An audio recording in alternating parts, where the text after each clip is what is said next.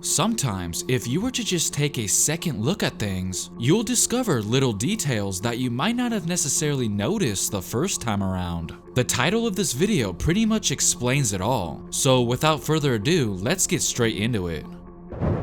You know what they say, television only allows you to see what they want you to see. And during this Jimmy Kimmel segment called Hell Hoop, they thought they were slick.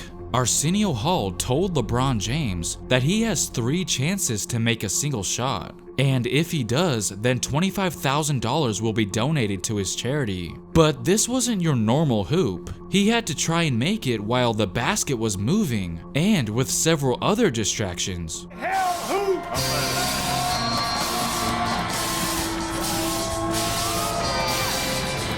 Oh, that was so close. Unbelievable.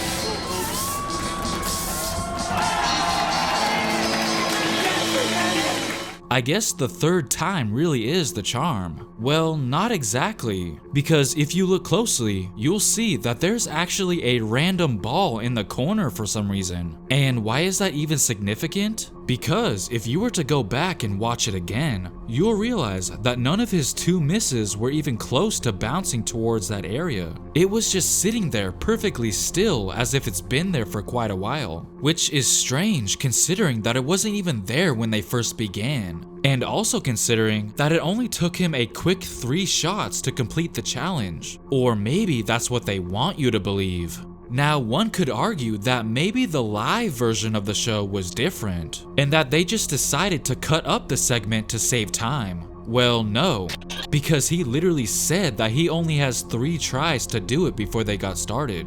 You have 3 chances to make the shot. You have 3 chances to make the shot. And then they all celebrate as if that's actually what went down, when obviously that's not what happened. So it looks like we just successfully exposed the show for trying to make us believe that it only took LeBron 3 shots to make it, when this suspicious ball seen here suggests otherwise. Regardless of how many attempts it took, I'm sure we can all agree that he made one hell of a shot. We all know that the Bulls and Knicks were huge rivals back in the 90s, and one of the most famous moments between them was this dunk that took place during the 1993 Eastern Conference Finals. There are 50 seconds left in the 4th quarter. Starks, yes! What a move by Starks, who was able to sky to the basket. Then, not too long after, Topps used a photo of the moment for John Starks' 93-94 Stadium Club trading card, featuring Michael Jordan as one of the victims on the front.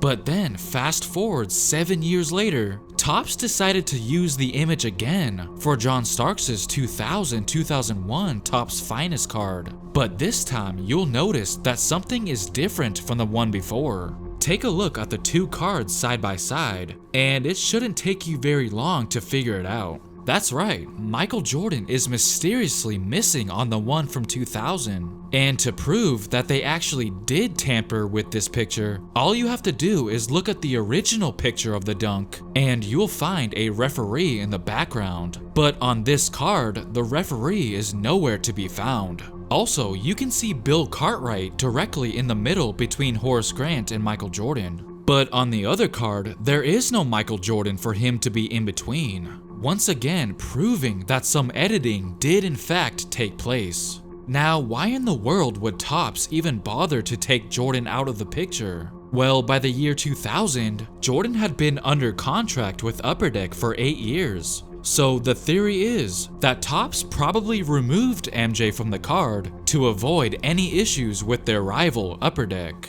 No one knows for sure if that's the actual reason behind it, but it's still very strange that they even took the time to do that nonetheless. Here we have another card that I'm sure everybody wishes was missing something, but unfortunately for us, and especially for him, something was captured by the cameraman that you won't be able to unsee once you spot it. Right now, you're looking at a Kelly Chapuka 1986 Fleer basketball trading card. And if you look around, you might find your eye on the ball. And I'm not talking about the basketball in his hands. I'm talking about a smaller ball, if you know what I mean. But what the hell? I'm pretty sure there's no need to provide you with any more hints any further. Now look, I'm not just pulling this out of thin air. This card is actually infamous for that microscopic detail. He has to live with the fact that although he was a two-time All-Star and averaged 26 points per game at one point, at the end of the day, this will sadly be what he is mostly known for. Remember that Draymond Green-Bradley Beal scuffle that took place a few years ago? Well, we're not talking about that specifically. I want to point to something he said in an interview afterwards. You know, I think at the end of the day, you know, they're going to make out who they want to make out to be the bad guy. That's cool, but, you know, be fair across the board. You got presidents of teams giving middle fingers on national TV and nothing said. You know, you don't want to shine the light on somebody else, make out someone else to be the bad guy, so. The person he was referring to was Neil Olshey, the Portland Trail Blazers general manager, and the incident he was cryptically talking about occurred literally just the night before that Draymond and Beal fight. The Blazers were taking on the Clippers, and Blake Griffin came up clutch in the end. Here we go. Griffin at distance for three and the win. Bingo! Blake Griffin knocks down a three. The Clippers escape Rose City with a win. Now, of course, your natural reaction when witnessing an epic finish like that is to look at the players celebrating. But some people, including Draymond apparently, noticed Neil Olshey giving Blake Griffin a little hand gesture after that shot, clearly expressing how he felt losing the game. He tried to explain that that hand gesture was actually directed towards a close friend of his who happened to be a Clippers fan at the game, but people were not buying it. Many believed it was directed at Blake Griffin, who ironically was drafted by Neil Olshey back when he was the GM for the LA Clippers in the past. And it was reported that the late Paul Allen, the former owner of the Portland Trail Blazers, banned Olshey from ever watching the games in the arena to avoid something like that from happening again. During an interview that Donovan Mitchell had with Lisa Salters not too long ago, he was talking about how he was actually there in attendance when LeBron announced his decision to join the Miami Heat back in 2010. A 13-year-old Mitchell happened to be living in the area at the time. In fact, the decision took place just a few miles from where he grew up. LeBron was my favorite player. It happened right down the street from where I went to middle school, Greenwich Country Day. So I was staying at a friend's house and we went up and sat there for about 2 hours waiting for LeBron to show up. Donovan, along with the rest of the basketball world, watched. I think I was the only person that was excited for his announcement. I was the only one that probably celebrated. And I went and practiced in the same gym afterwards. I was like, he was sitting right here.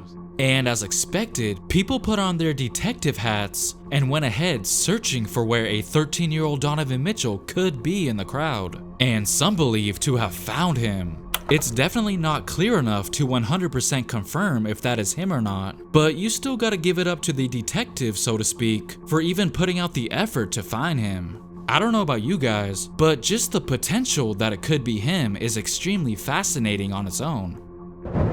I hope you guys enjoyed this fun little video of subtle NBA details you may have missed. Feel free to let me know some other examples that I may have missed down in the comments below. And as always, don't forget to like and subscribe. Thanks for watching.